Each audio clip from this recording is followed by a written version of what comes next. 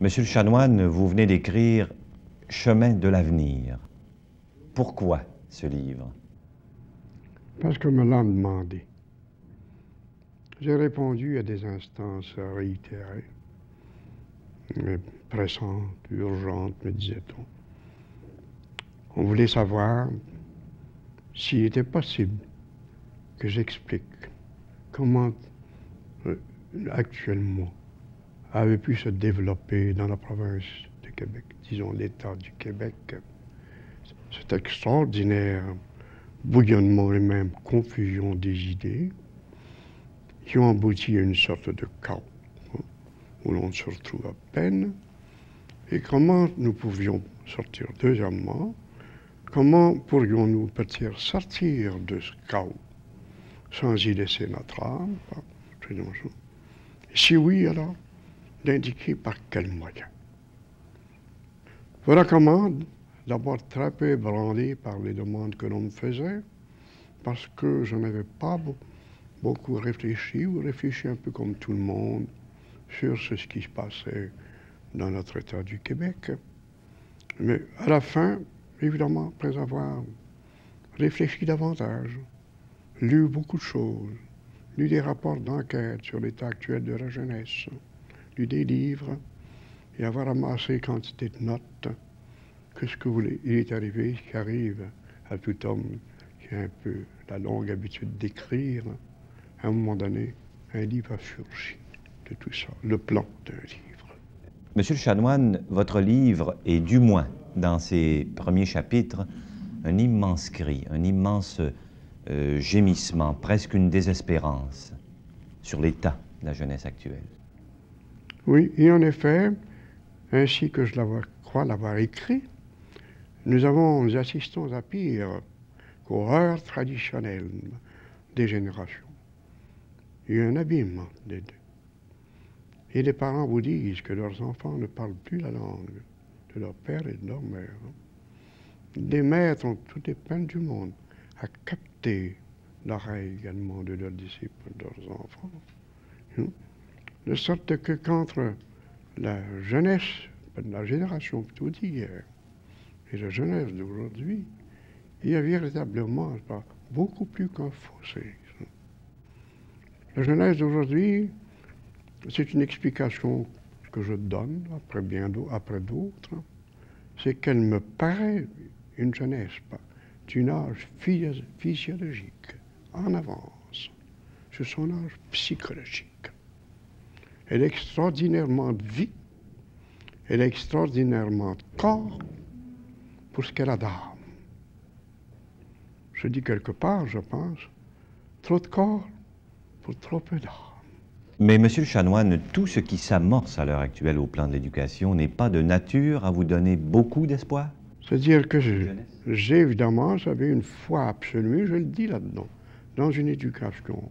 Je crois que le jeune homme, s'il vous plaît, et qui a son action, je parle d'éducation chrétienne surtout, consent, s'il vous plaît, à s'adjoindre à l'action de Dieu. Dieu peut faire d'un petit baptisé un chef-d'œuvre, toujours. Il le peut toujours.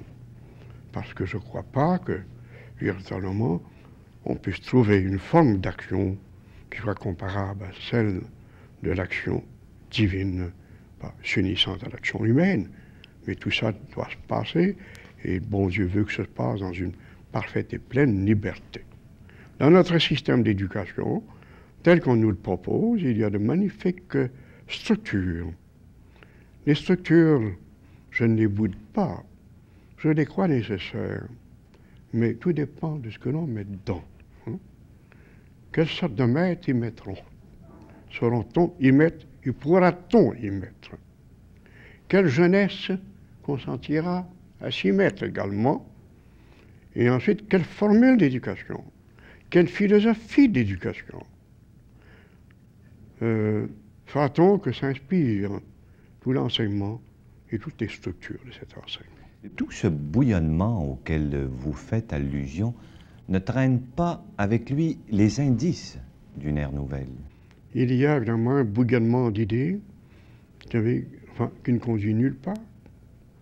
il y a un bouillonnement d'idées qui est de sa nature très excellente, mais je pourrais dire du bouillonnement ce que l'on dit des controverses.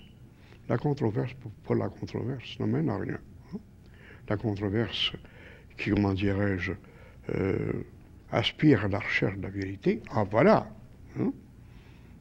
Alors, à l'heure qu'il est, il y a des deux. Il y a du mauvais et du pire et du bon en tout ce bouillonnement d'idées. S'il arrive qu'enfin, s'il vous plaît, les grandes et vieilles et fortes disciplines, les idées maîtresses pas de toute vie humaine, comme de toute vie de peuple, viennent à bout de prendre le dessus, alors nous serons le salut. Est-ce que ça prendra le dessus? Je pense ici à une parole de votre livre qui est un adieu en même temps. Lorsque vous dites « Si je devais emporter cette foi en l'avenir, je serais si heureux de prendre congé de la vie. » Et vous dites « Si je devais. » Je l'emporte quand même. J'ai toujours été un optimiste, ça. Je crois que malgré tout, s'il vous plaît, nous n'avons pas tellement péché contre la Providence et contre Dieu pour que nous ayons démérité, en fin de compte, de ce qui peut compter dans la vie des peuples sous forme de ressaisie. Au plan politique, où le Québec se dirigera-t-il, selon vous, compte tenu des trois options qui lui sont ouvertes présentement? Bien, vous savez, je l'ai dit, dans la mesure où je peux le dire comme prêtre, je crois que nous échapperons difficilement en tenant compte non seulement celui de l'état actuel des Amériques, mais du monde. Il faut savoir ce qui s'en vient. Ce que le monde dans 25 ans ne sera plus le monde d'aujourd'hui. Nous avons, je crois, nous toutes les peines du monde.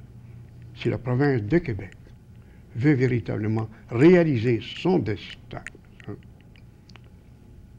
à ne pas viser jusqu'à l'indépendance. Je vais jusque-là. Il faudra du temps. Il faudra y mettre la manière, s'il vous plaît. Il faudra des hommes. Mais, comment voulez-vous? Nous sommes tellement différents. Comment voulez-vous que nous puissions nous soumettre longtemps à des législations communes? Même sur des sujets apparemment neutres, mais pas même des questions de tarif. Mais un tarif, un article plutôt d'un tarif, qui nous empêcherait, par exemple, d'obtenir les livres français à un prix quelconque, nous atteint immédiatement dans notre culture. Vous voyez? Il n'y a presque pas moyen que nous nous soumettions à une législation commune. Nous l'avons tenté sous l'Union des deux Canada, avec, vous savez, quel succès. Nous l'avons tenté depuis 1867, ayant un gouvernement, mais qui se laissait surtout gouverner par Ottawa.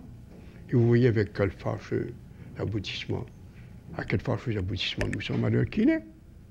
De sorte, faut-il recommencer l'expérience? Qu'est-ce qui nous garantit que l'expérience à l'heure qu'il est peut donner véritablement d'autres résultats? C'est contre nature. Le seul moyen alors, c'est de s'entendre. Tant qu'évidemment, aucun peuple ne peut véritablement s'isoler, nous aurons toujours besoin d'entretenir avec nos voisins des relations politiques, diplomatiques, économiques, même culturelles. Nous aurons toujours besoin. Seulement, nous pouvons le faire sur le pied ou le plan de l'indépendance.